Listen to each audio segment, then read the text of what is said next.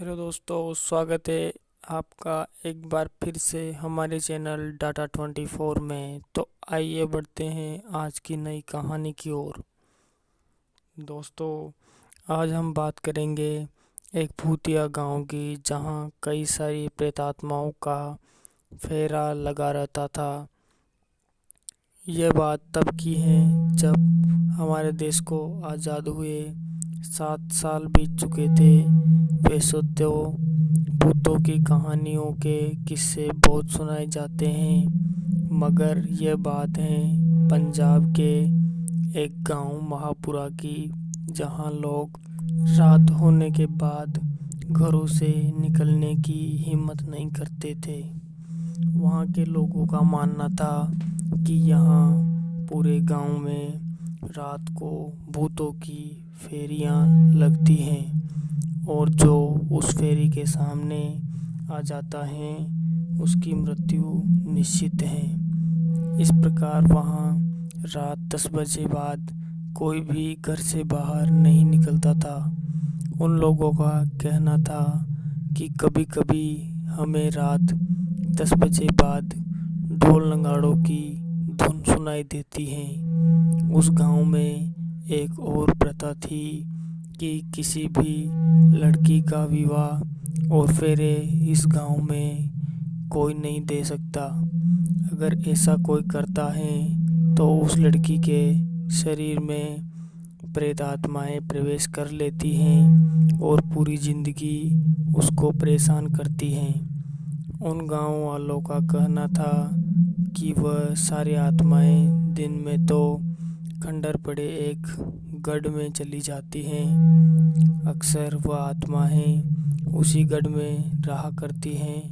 रात को वह पूरी गांव में घूमती हैं। दिखता कुछ नहीं है, बस महसूस होता है। पास ही के गांव में 2 मित्र रहा करते थे। उनका नाम था छग्गू और दिल्लू। वह दोनों भी उस गांव के चर्चे सुना करते थे। उस गांव के बारे में दिल्लू और छग्गू के गांव के बुजुर्ग बातें किया करते थे कि आज वहां उसकी मौत हो गई। ऐसे घर से बाहर निकला था, फिर उसके बाद कुछ पता नहीं। सुबह उसकी लाश घर के बाहर पड़ी हुई मिली थी। तो वह दोनों मित्र बुजुर्गों के पास बैठकर उनकी बातें सुना करते थे। उस गांव में अन्य गांव के लोगों का आवागमन बहुत कम था, क्योंकि महापुरा भूत प्रेत आत्माओं के कहर में ज़्यादा चर्चित था। आए दिन लोग वहाँ के हुए दर्दनाक किस्से सुना करते थे। इतना सब कुछ सहन करके कईयों ने तो गांव ही छोड़ दिया था। कई लोग वहाँ अनेक प्रकार की मजबूरियों के कारण रहा करते थे। वहाँ गांव दिल्लू के गांव से 2 किलोमीटर दूर था। एक बार क्या होता है, उन दोनों दोस्तों के गांव में शादी का प्रोग्राम था।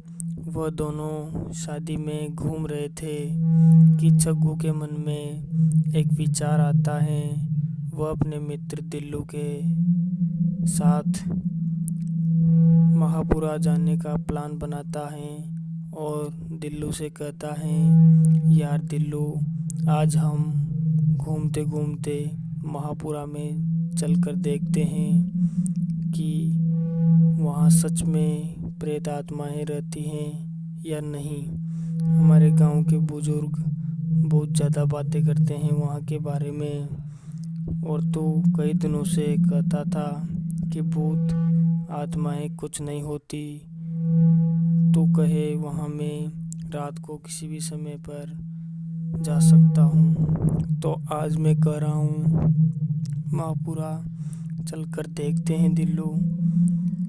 दिल्लू भी जोश में होश को बैठता है और चलने के लिए हाँ बोल देता है।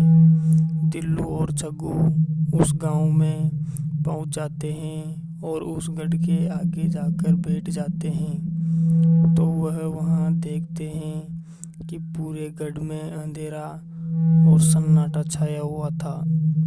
बस उसके टॉप फ्लोर पर एक दीपक की तरह की रोशनी छाई हुई थी। उस रोशनी को देखकर वह दोनों समझ चुके थे कि यह भूतों का ही काम है।